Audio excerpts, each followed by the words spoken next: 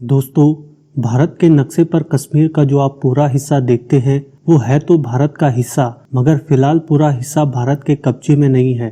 कश्मीर का दाईं तरफ का आधा हिस्सा पाकिस्तान ने कब्जा किया है तो बाईं तरफ का आधा हिस्सा चीन ने कब्जा किया है।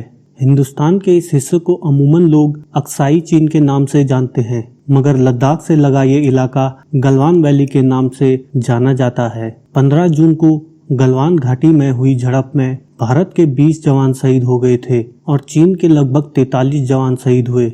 अगर भारत और चीन के बीच युद्ध हो जाए तो इसका क्या अंजाम होगा? वैसे तो ऐसी नौबत नहीं आनी चाहिए, लेकिन आ गई तो क्या होगा? इसे समझने से पहले हमें ये समझना होगा कि भारत एक लोकतांत्रिक देश है और चीन एक साम्यवादी सरकार वाला देश है और इसी वजह से चीन से सही जानकारी प्राप्त नहीं हो पाती। भारत के 20 जवान शहीद हुए, लेकिन चीन के क्या सच में 43 से अधिक जवान शहीद हुए, इसकी कोई आधिकारिक पुष्टि नहीं हो पाई है। चीन के दावे भी बहुत बड़े होते हैं। वो हमेशा से ही अपनी सैन्य ताकत को भारत से अधिक बताता है, लेकिन चीन ये बार बार भूल जाता है कि युद्ध में हथियारों के साथ साथ साहस की भी आवश्यकता होती है और भारतीय सेना 1947 के बाद से ही लगातार सक्रिय रही है, जबकि चीन को ऐसे मौके बहुत कम मिले हैं। दोस्तों, चीन की ये आदत रही है कि वह दूसरे देशों के जमीन हड़पने में माहिर है और इसकी बड़ी वजह है चीनी सेना। 1962 में भले ही चीन को भारत के सामने जीत मिली, लेकिन उसे मालूम था कि यदि भारतीय वायुसेना युद्ध में आती तो चीन हार जाता, क्योंकि तब तक चीन की वायुसेना भारत की तरह मजबूत नहीं थी। लेकिन भारत ने वायुसेना का इस्तेमाल नहीं किया और हम ये युद्ध हार गए। इसलिए चीन ने 1990 में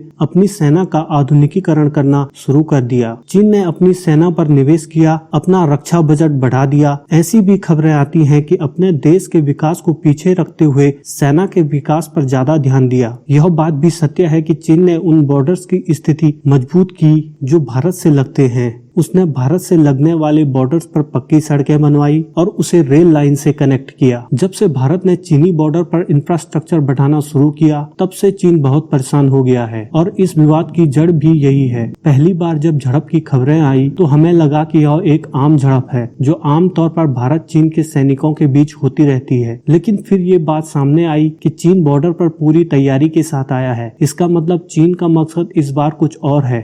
चीन ने पिछले साल अगस्त से ही ये तैयारियां शुरू कर दी थी और इसका खुलासा सैटेलाइट इमेज द्वारा हुआ है। लेकिन यदि आज भारत और चीन के बीच युद्ध हो जाए तो किसका पलड़ा भारी होगा? और आंकड़ों की बात की जाए तो चीन का पलड़ा भारत से कई ज्यादा भारी है। दोस्तों, सबसे पहले बात करते हैं रक्षा बजट की। तो चीन का रक्षा बजट भारत से 4 गुना ज्यादा है। भारत का रक्षा बजट 2.95 लाख करोड़ रुपए तो चीन का 11.38 लाख करोड़ रुपए है। अब बात करते हैं सैनिकों की। भारत के पास 14,44,000 सैनिक हैं तो चीन के पास 21,83,000 सैनिक हैं। भारत के पास 2,123 एयरक्राफ्ट हैं तो चीन के पास 3,210 एयरक्राफ्ट हैं। भारत के पास 513 लड़ाकू विमान यानी फाइटर प्लेन हैं तो चीन के पास 1,232 फाइटर प्लेन हैं। भारत के पास 77 ऐसे एयरक्राफ्ट हैं जो स्पेशल मिशन के लिए होते हैं, वहीं चीन के पास ऐसे 111 एयरक्राफ्ट हैं। भारत के पास 745 हेलीकॉप्टर हैं तो चीन के पास 1,192 हेलीकॉप्टर हैं। कॉम्बैट टैंक के मामले में भारत चीन से आगे है। भारत के पास 4,292 कॉम्बैट टैंक हैं, जबकि चीन के पास केवल 3,500 कॉम्बैट टैंक हैं। भारत के पास बख्तरबंद गाड़ियां केवल 8,686 हैं तो वहीं चीन के पास ये 33,000 हैं। भारत के पास 4,060 फील्ड आर्टिलरी हैं तो वहीं चीन के पास ये केवल 3,600 हैं।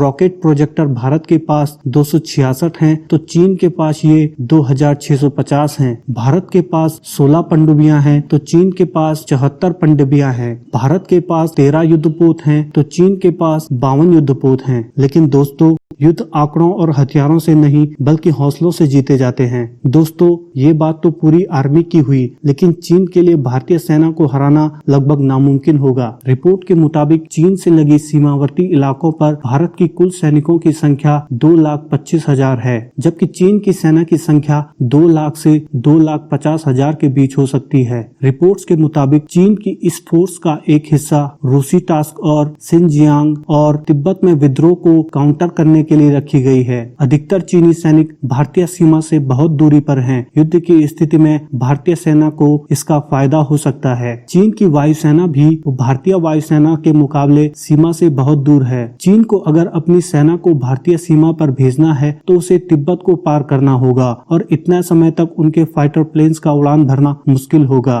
क्योंकि फाइटर प्लेन सीमित ईंधन के साथ सीमित समय तक उड़ान भर सकते हैं। भारतीय फौज और फाइटर पायलट्स को पाकिस्तान के साथ असल युद्ध का अनुभव है जो चीनी सेना के पास नहीं है। चीन अगर स्थायी रूप से भारतीय सीमा पर फोर्स तैनात करे तो इसमें बहुत समय लग जाएगा और इतने समय में भारत को काउंटर बिल्डअप के लिए वक्त मिल जाएगा और चीन के लिए भारत को हराना मुश्किल हो जाएगा। चीनी सेना के मुकाबले भारतीय सेना बहुत हाई एल्टीट्यूड पर तैनात है, जहां से चीनी सैनिकों को आसानी से टारगेट किया जा सकता है। भारतीय वायुसेना के पास सियाचिन जैसे दुर्गम स्थान पर फ्लाइंग का एक्सपीरियंस है, लेकिन चीनी सेना के पास ऐसा कोई अनुभव नहीं है। तो दोस्तों, अब तो आप समझ गए होंगे कि चीन के पास भारत से ज्यादा संसाधन तो हैं, लेकिन भारत जैसे विशाल देश को इन कठिन परिस्थितियों में हराना लगभग नामुमकिन होगा।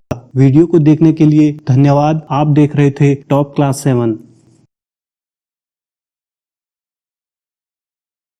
You disappear